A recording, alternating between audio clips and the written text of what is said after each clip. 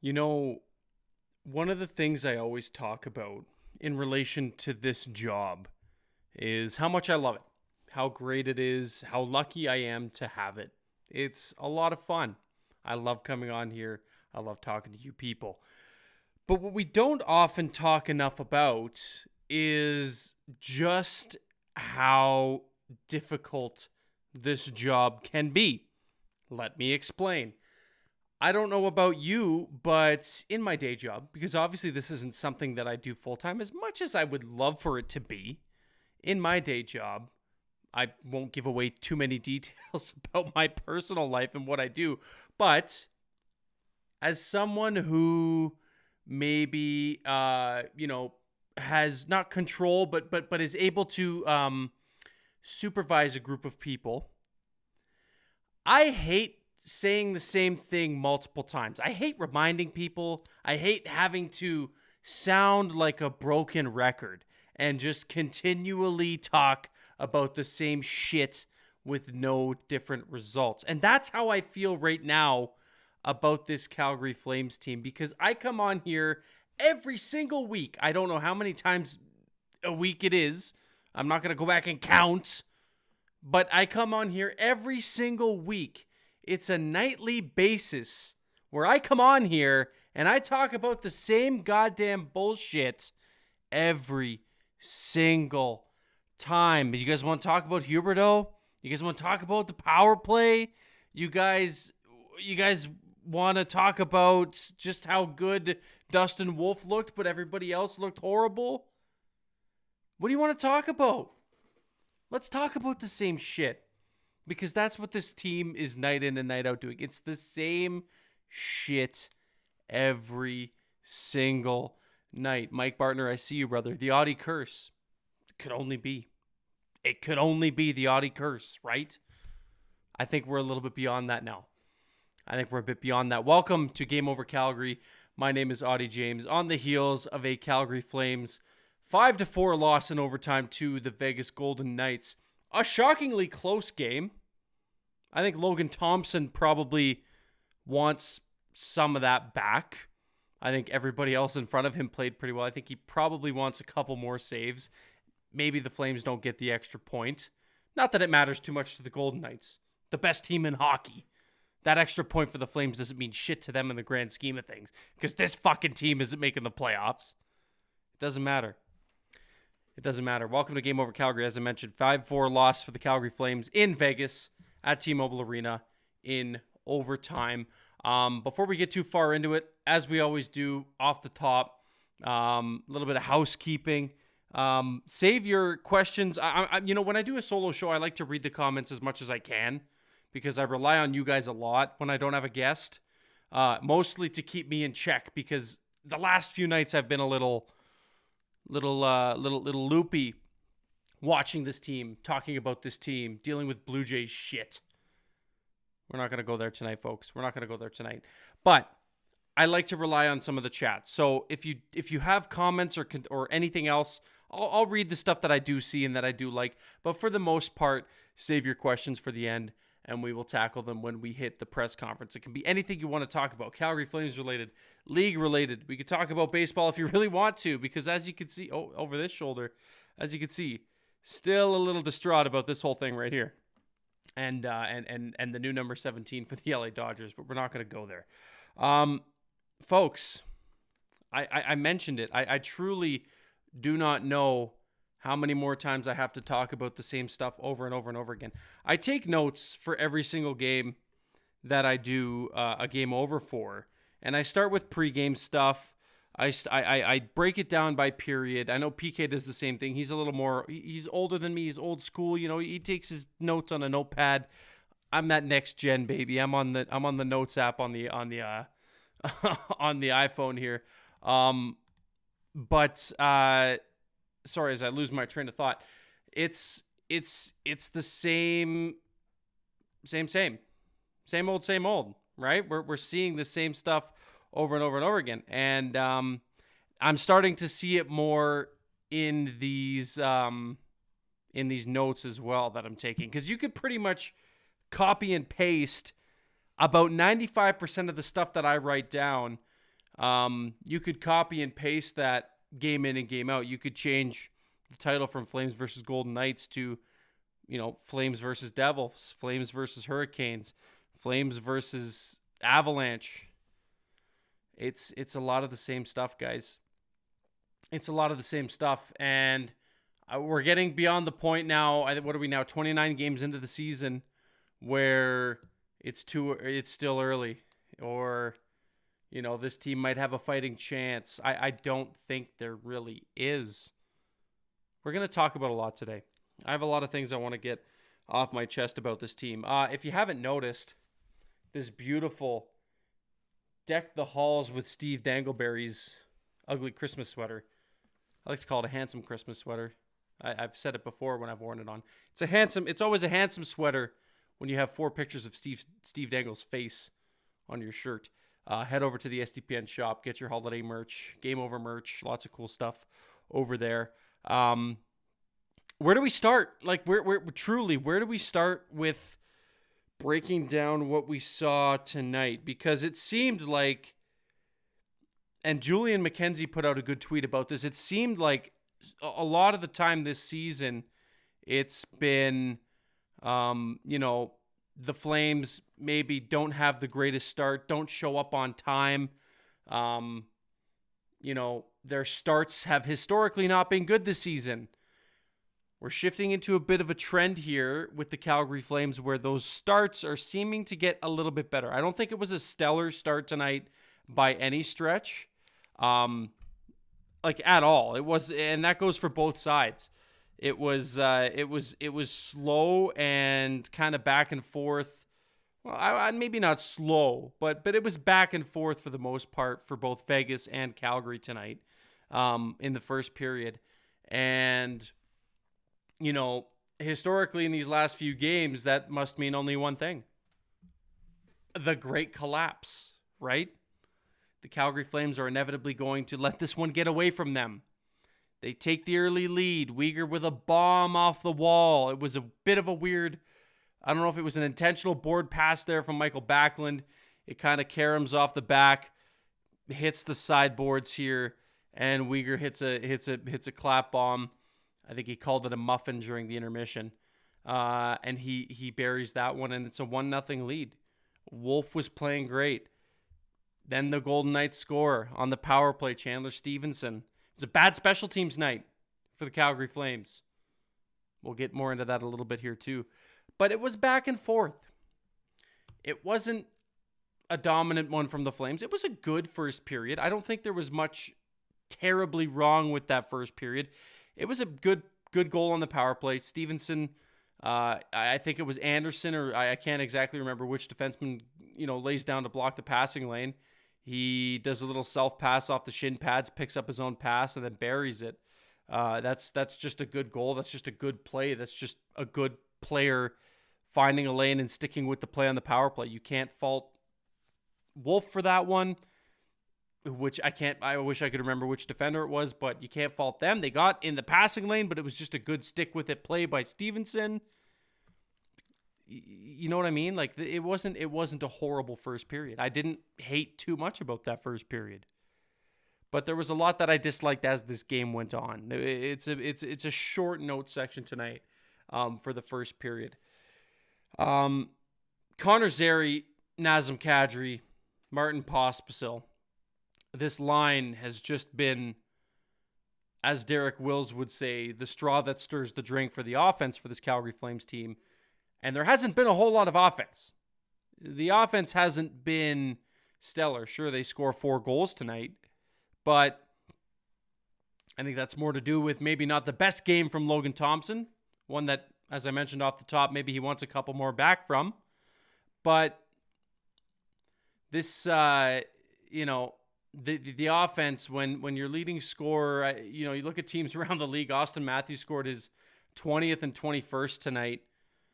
The Flames' leading scorer is now Yegor Sharangovich, who scored 8 and 9 tonight. And granted, the Flames have, I think Blake Coleman has 8. Mackenzie Weegar has 7. I think Lindholm has 7. Bunch of guys with 6. So there's a bit of sharing the wealth up and down the lineup in terms of where the goals are coming from and where scoring's coming from. And that's something that we talked about back when they traded Tyler Toffoli. Where are the goals going to come from now? Where's the scoring going to come from? Excuse me now. But, yeah, sorry, JD is pointing out that I was talking about Gilbert lying down on that play on the penalty kill there. But, yeah, where's the offense? Seemingly, the Zari, Kadri, Pospisil line are drivers of it. Mackenzie Weegar is a driver of it. He's been scoring like crazy. He loves to find the back of the net. But aside from that, man, I don't know. Zari, either way, he shoots one in. It goes off the rear end of Nazem Kadri to make this a 2-1 game. But shortly thereafter, just a great forecheck from Vegas.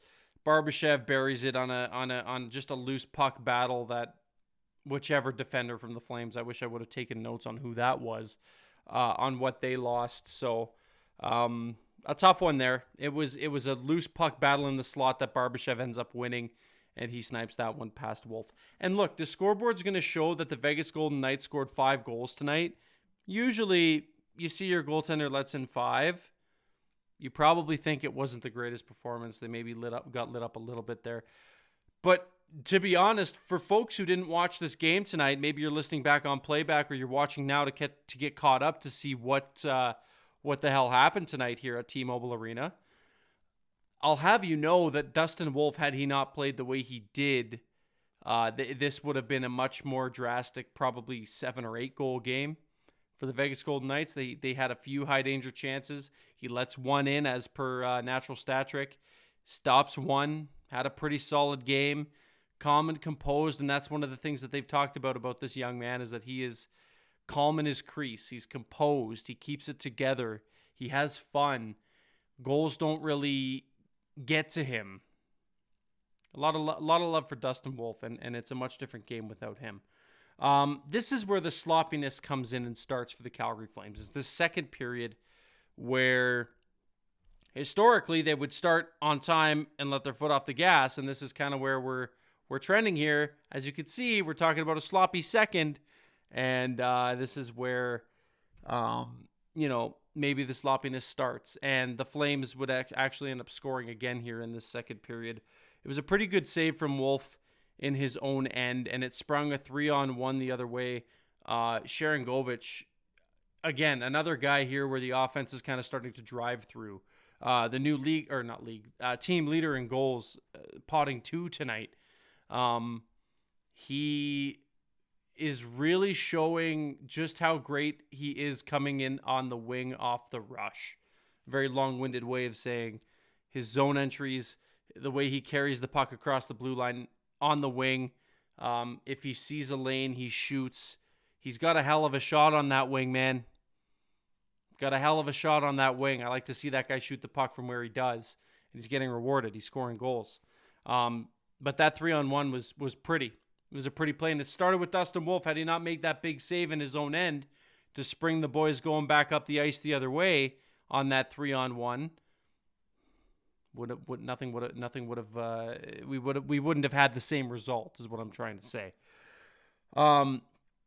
Fast forwarding to the third period. Sorry, I should have explained. We're going to do the game recap, and then there's a bunch of points that I want to talk about after. So we'll get into that on the heels of a Calgary Flames 5-4 loss to the Vegas Golden Knights tonight in Vegas. Then we get to the third. We get to the third period. It's a D-zone collapse on the Vegas Golden Knights zone entry. So the Flames collapsed in their own end, and it was just a bad play. Mark Stone makes it 3-3. Then Huberdeau, shortly thereafter, later in the period, with a horrible giveaway. We're going to talk a little bit about more about number 10 as this show goes on. Horrible giveaway in his own end. Leads to a Jack Eichel breakaway, and literally like 2 minutes before this breakaway happens, it was Greg Millen who mentioned that it was a bit of a quiet night for Jack Eichel. He hadn't really been woken up, and the Flames maybe doing a good job of containing him, maybe just an off game for Jack Eichel, but no shit, within 2 minutes of them saying that, Here comes Jack Eichel flying up the ice. And my God, I was thinking to myself this entire time, this would be really nice to see him wearing one of these jerseys going up the ice the other way. I digress.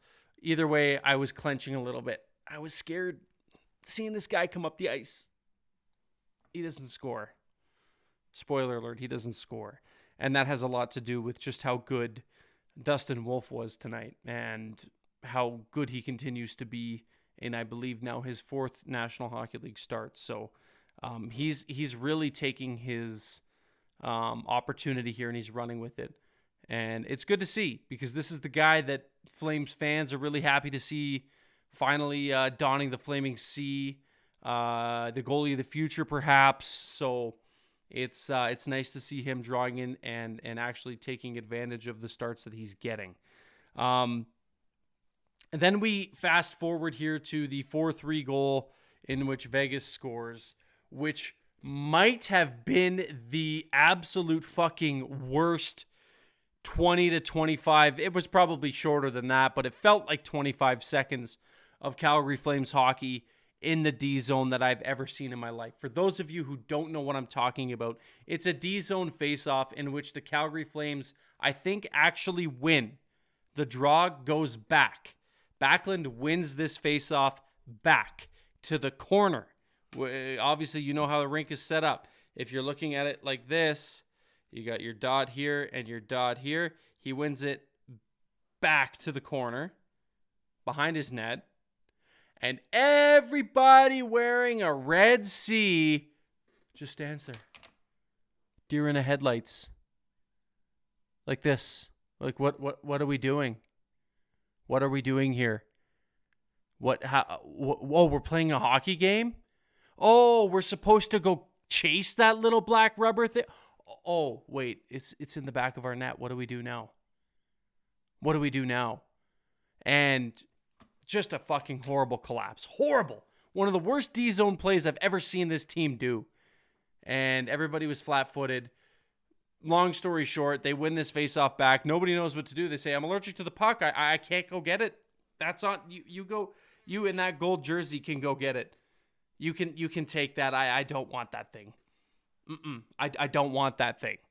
And so Jonathan Marchessault says, oh, okay, thank you. I'll take this black puck rubber thing that we chase around here on knife shoes. And I'll pass it right in front of the net in the slot where William Karlsson is just wide open because nobody is moving their feet. Everybody is flat. And he wastes no time.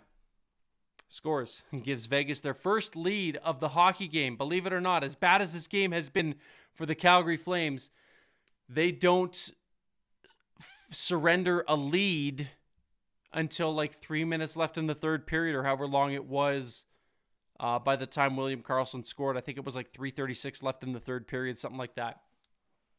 So there we go. As bad as things have been, at least it wasn't that bad. At least they weren't trailing the entire game. They only trailed with like 3.5 minutes left. Yanked the goalie. Dustin Wolf's at the bench. And with the goalie pulled, Yegor Sharangovich scores his second of the game, his 9th of the season. He tips that one in on, I believe, a Noah Hannafin shot. Someone will correct me if I'm wrong. Excuse me. And that ties it. We're tied with like under a minute left to go. I think it was like 59.6 seconds. And they obviously review it because it's in the last minute of the third for a high stick. It's a good goal. We go to overtime. Fans are booing because the Flames are going back and forth and maintaining possession, getting the puck out to the neutral zone.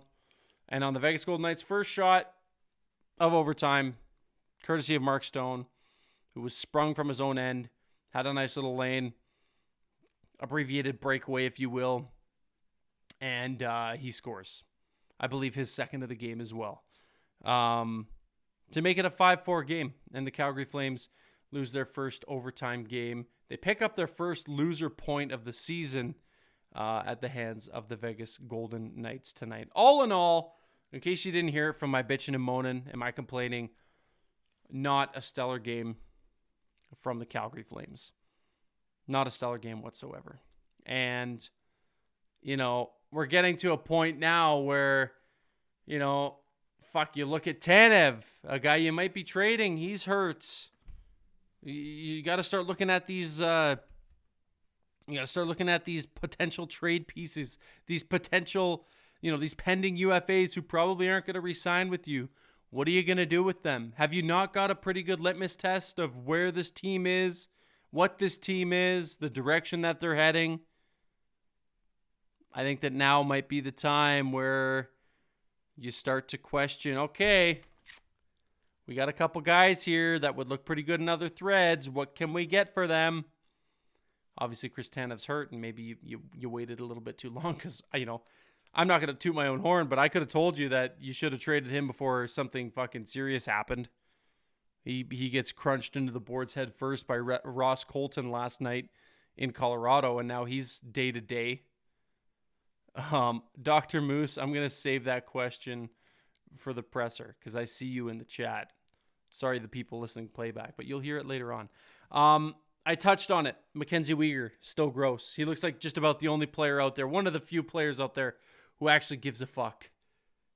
I would have honestly not extended Backlund, traded him somewhere to get some more assets, slap the fucking C on his chest. I love that guy.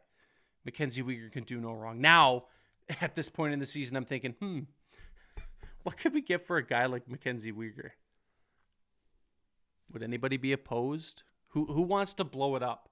Tell me in the chat who wants to blow this team up and start from scratch. Because now all the gears in my head are shifting to, I'm under the impression that this season's done. I'm just so dramatic. I'm Italian. Drama is part of me. I'm very animated and dramatic, and my wife will be the first to tell you that all of that is true. Okay, but this isn't an Auddie roast. I'm not going to start roasting myself.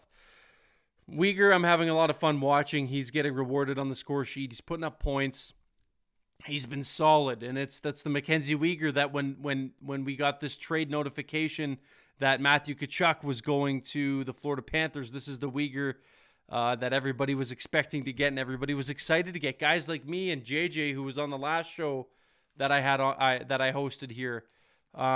This is the guy that we were the most excited for was him, and we're starting to see exactly why. He's becoming a fan favorite here. I touched on Zari, Kadri, Pospisil, and that's just about the most fun I'm having right now in terms of the forward group. Watching those three, it's been pretty good. Kadri struggled a little bit off the start, had a slow October. Huska calls up Pospisil, calls up Zary. These guys are I don't want to say resurging because I don't think that it's a resurgence of Nazem Kadri. I just think that they're really complementing his game. I think a lot of people would agree that they have definitely made him a better player based on the start that he had. Dustin Wolf, we got to talk about. Can we get a ow in the chat for Dustin Wolf? Another game, another great start. I don't think that there was too much. Obviously, this is a guy who has played now 4 NHL games. You can't expect this player to be perfect between the pipes. He's been the best in every league he's played in so far, but it's a very small sample size. He's going to make mistakes. I don't think he's perfect. I think he's damn good, and I think his track record is starting to prove himself as, a player who can be relied on in situations like this, and a guy who's going to get more starts. But all this to say, I think that he's been great. I think tonight he was great. Does he want maybe one or two back? Maybe one. But at the same time, without him, this is a much different looking game, if you ask me. If Vladar's in net, I think the world of Vladar most nights. But I think Vladar starts this one, it's a different game. I truly do. Truly do. The Golden Knights were just peppering Wolf with shots, and he was calm, composed as ever. The elephant in the room in all of this that has to do with this beautiful red flaming sea above my head. Actually, let's talk about this Pride logo, this Flames Pride logo on my hat. I don't know if they still make these Pride hats, but I've been trying to make it a thing that I wear at every game over that I do, because I love it. I think it's gorgeous. Little hockey is for everyone here. Oh God, wrong side. Shameless plug to the Pride hat. I lost my train of thought. Oh, Jonathan Huberdeau is what we were talking about, and how stinky he's been. It's tough, folks. It's tough, but it's something that I think the sad reality is that Flames fans and people who cover this team and watch this team on a nightly basis are just going to have to get used to. This is a player that's always going to be attached to that $10.5 million price tag that he comes with, and the fact that he's truly, in my opinion, never going to live up to it. He'll never, in the duration of that contract, be a $10.5 million player. I'm starting to come to terms with reality, because I was, for the longest time, he's going to find it. He's going to get there. He had another bad game tonight. I don't think 10 looked good. He's been bad. Stinky, poo-poo, yucky, fart. Not good. And it's not trending in a way in which it's favorable for number 10. It's just the fact of the matter. I don't think he's been very good. Last thing, and then we're going to hit the presser. I know it's a late one, folks. I want to, first of all, thank you guys for tuning in. And I know off the top I said how much I love this job and how hard it is to try to talk about the same shit night in and night out, because truly, it's all the same rinse and repeat stuff that we're seeing. And it's all the rinse and repeat stuff that we're talking about. I need to try to think of better ways to be engaging in times like this when it's just the same shit. I'm gonna try to be better. I'm gonna try to up it for you, because I know you guys want to come here and you want to talk. You want to talk about the game. You want to hear perspective, and all the perspective you're getting from me lately is because of how many losses we cover, is just all the same crap. And now we're gonna segue to more of the same crap, which is the power play. Let's actually bring it up. I'll bring up the Flames schedule. Okay, tonight they were. I'm gonna actually keep track of this. They were 0 for 2. Okay, 0 for 2. All right, let's go back to the Avs game last night. They were, look at that, 0 for 2. There's no power play goals in the last 2 games. Devils, I feel like they had no power plays in that game. That would be correct. 0 for 0. Let's go back to the Wild game. Oh, riddle me that. 0 for 3. Okay. Let's go back to the game against the Canucks. Let's see. Oh, 2 for 5. There we go. So let's see. Let's get a 5-game sample size. Let's go back to the game against Dallas. 0 for 2. Okay, 0 for 2. So what's that? 2, 4, 6, 11, 14. In their last 14 power plays, they've scored twice. It's 2 for 14 in their last 5 games. We could go back even further if we really wanted to the last game against Vegas, in which they were 0 for 3. So really, they're 2 for 17 in their last 6. And that's, quite frankly, not good enough. Is that stating too much of the obvious? I don't know what it's going to take, folks. I'm getting tired of talking about this. I really, really am. I want the Flames to set a direction. I want them to have an identity. Are you a retooling team? Are you on the precipice and you feel like you can just make some moves? I don't think you are.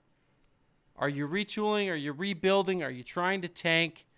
Set a direction so that for the quality of Game Over Calgary, we could talk about that direction. Because right now, we are in one direction, and this is not what makes us beautiful. And it's a lot of losses with nothing really coming from it.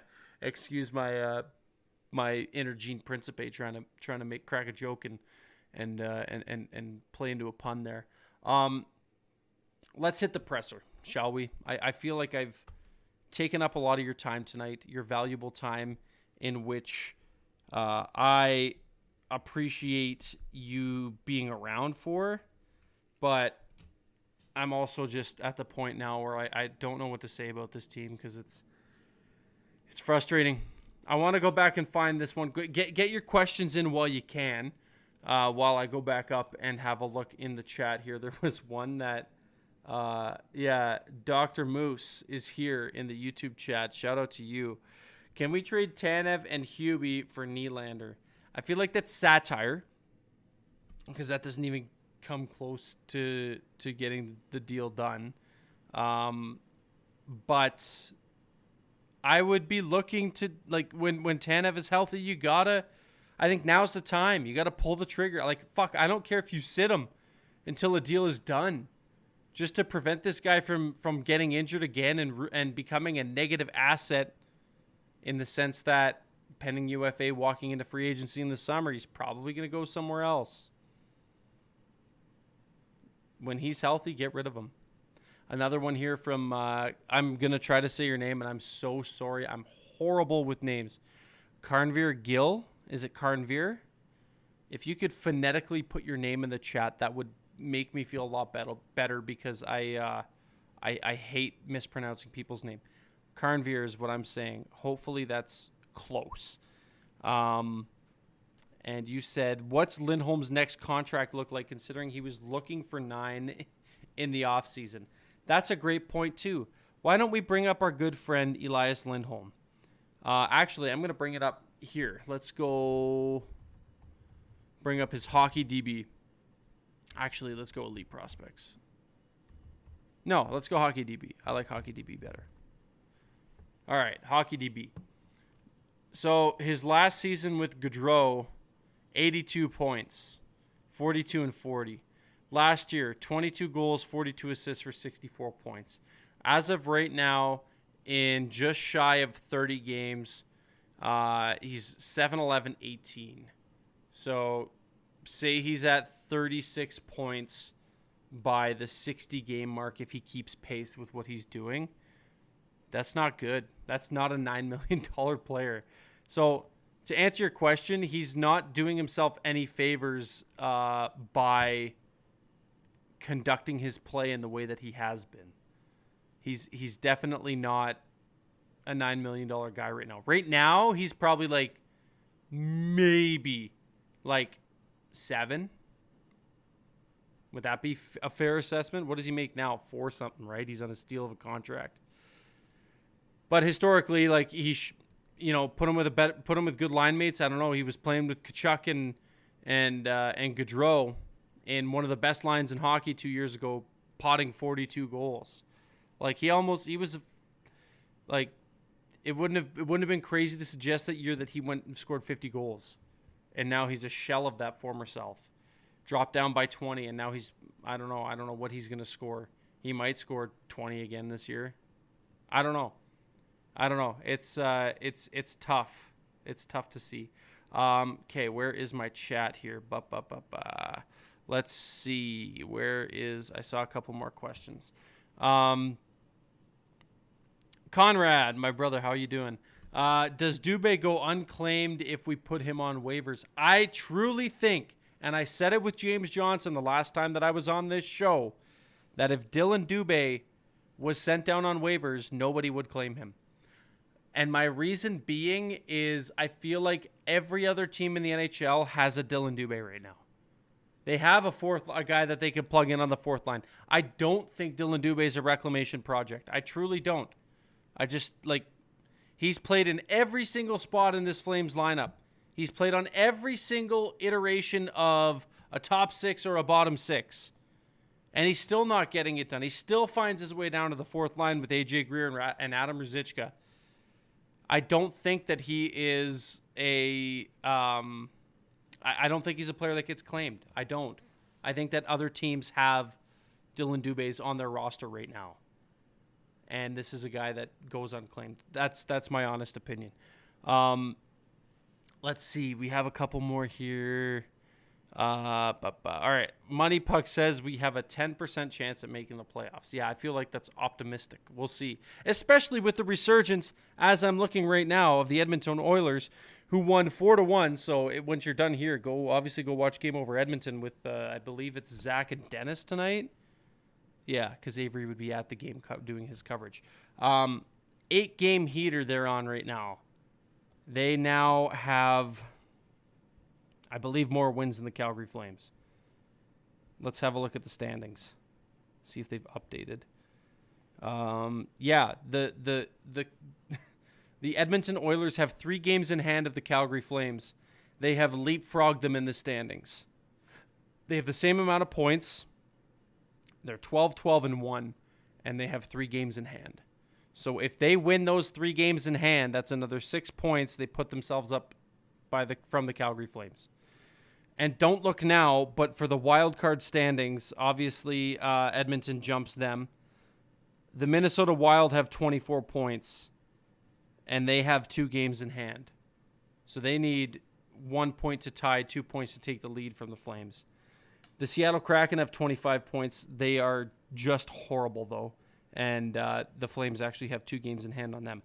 But what I'm trying to get at is between, the Flames need to get right now to 28 points to get to where the Coyotes are in the wild card right now. Who've played the same amount of games. Between Nashville, Arizona, St. Louis, Edmonton, Minnesota, and you could even throw Seattle in there. There's going to essentially, and you throw the Flames in the mix too, possibly. There's 7 teams right now who are going to be fighting for 2 spots in a wild card. I don't like the odds for the Calgary Flames, which just means they're probably going to fall slightly short. I would say maybe, max of 4 or 5 points out.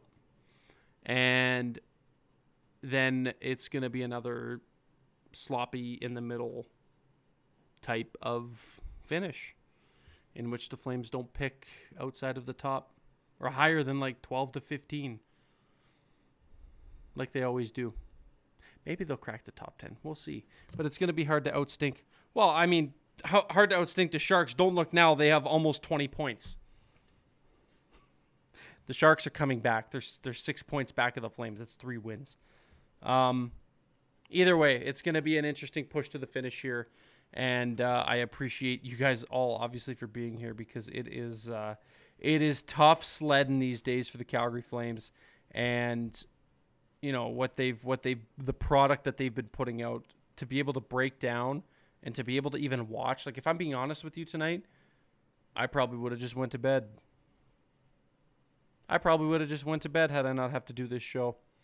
And I love doing this show. So don't get me wrong. I'm still enjoying myself either way. So like I mentioned, guys, thanks for stopping by. We'll put an end to the press conference right there. It's been a lot of fun to chop it up with you, even though it's another loss and it's another night where you have to listen to me weep.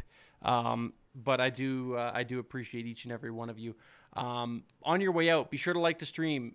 Subscribe to SDPN. We're at like 97.2K.